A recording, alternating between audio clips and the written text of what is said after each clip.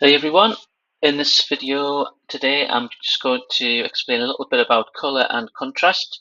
To do that I've just picked this particular design, not to pick on anyone or anything like that, it's just purely to be able to make a point about different things that I'm sure you will find useful. So first thing we're going to do is just talk about background images. So one of the key things that I would say to remember is whenever you have active content, whether it be links, buttons, um, or widgets, things like that, I would always recommend having a solid color background. And this is for a couple of reasons. The first reason is that it's much easier to guarantee that the contrast is right. And the second reason is that if you have an image with like this one with illustrations, quite often the lines of the image can blend with the text and make it very difficult to read. So I would always recommend whenever you've got any sort of content that's part of your user journey, always have solid color. Now, obviously in this case, for most of us, we might look at this, we might think, yeah, that looks pretty good, it's pretty legible. So I'm going to try and get you to think about how you can go that extra mile to making this more accessible. So first thing you should do, get yourself a color and contrast checker. There's loads on Figma. Maybe something like ALOI contrast checker or Stark, something like that, and see if you can pick an element. Like for example, you see, let's pick this tab 2, and see if we can check the contrast on it. So it tells you here we've got for normal size text, which is anything up to 19 point, you need a contrast ratio of minimum 4.5, and for anything above 19 point, then you need 3.1, which is a slow ratio. That makes sense because the bigger the text, probably the thicker and the heavier the text, so it's going to be easier to read. So this is saying that we've passed AA on both counts. If we wanted to, we could try and go for AAA, and I think we probably should. And let me just see if I was to change that and maybe go to let me see. So it's asked me to upgrade if I want to change the color. Well, let me see. Let's just try changing the color on here. So I'm going to make this slightly lighter, and I'm going to say let's go for this. And we'll make this ever so slightly darker. In fact, we'll go for a color that we've already got. There we go. And we'll check that again.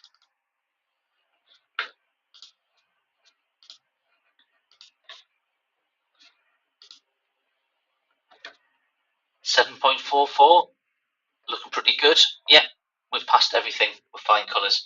So what that now enables us to do is to go back and we can check the other things, and we can change all of these, and we can make that colour, or should I say this combination of colours and text, an accessible pattern for other people to use elsewhere in the system. Now, next thing, backgrounds. Let's just go here and let's just say that we're going to put a background on here. What I'll do is I'll make this into a frame, and then I will apply background to that. So let me see, make it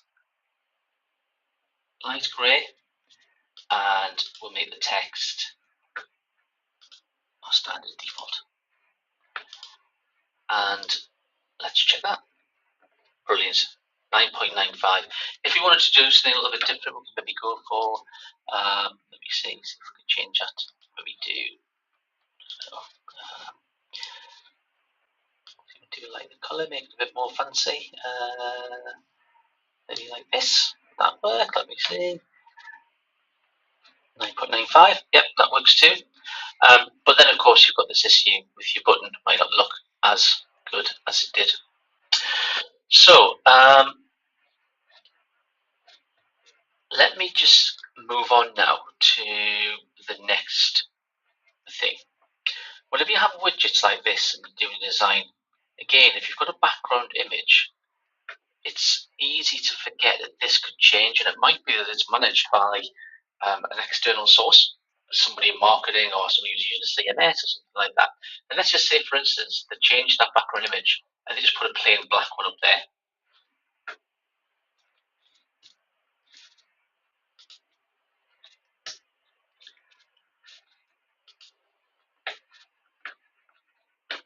Okay. There we go. Fair enough, you might say. Still read it, still see it.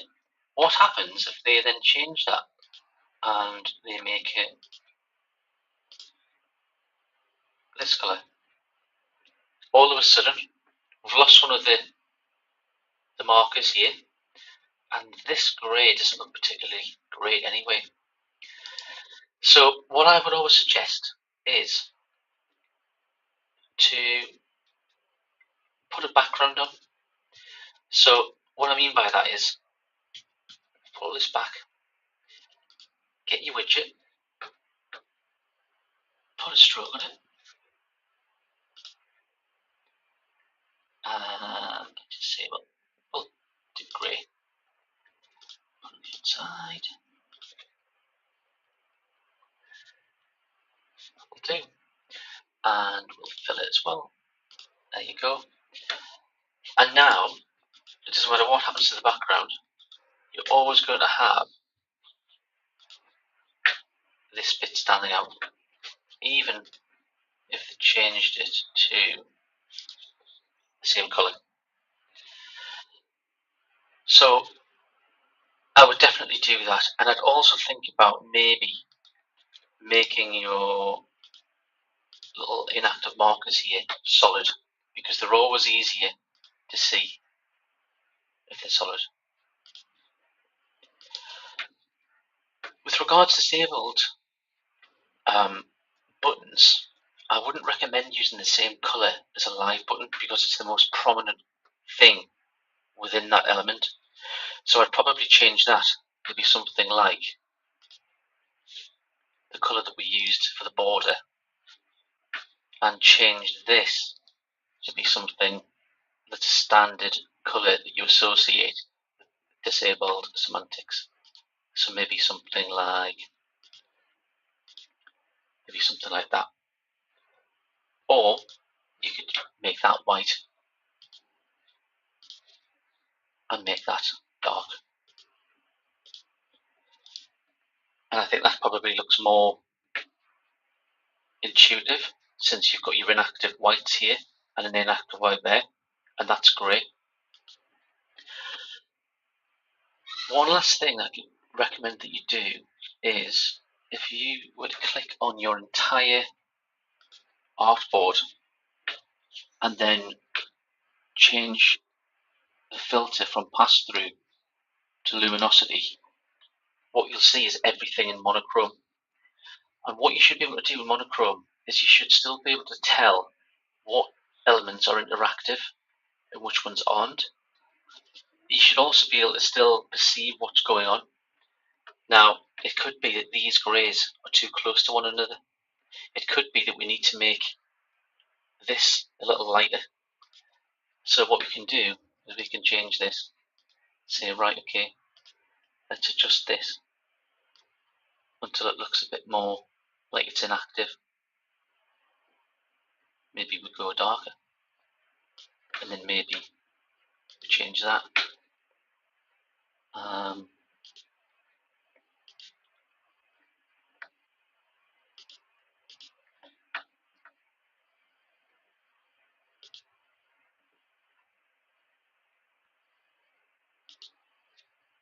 Maybe that looks better. We can still kind of make out that there's a tab up there with a line on it, and that's just indicating that this is the active tab. Maybe what we should do is make that a little bigger.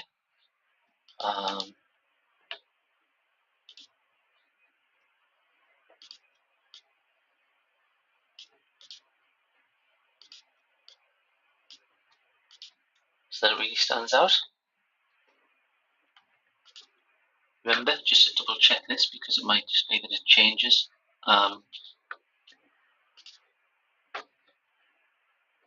So let's just change our background there.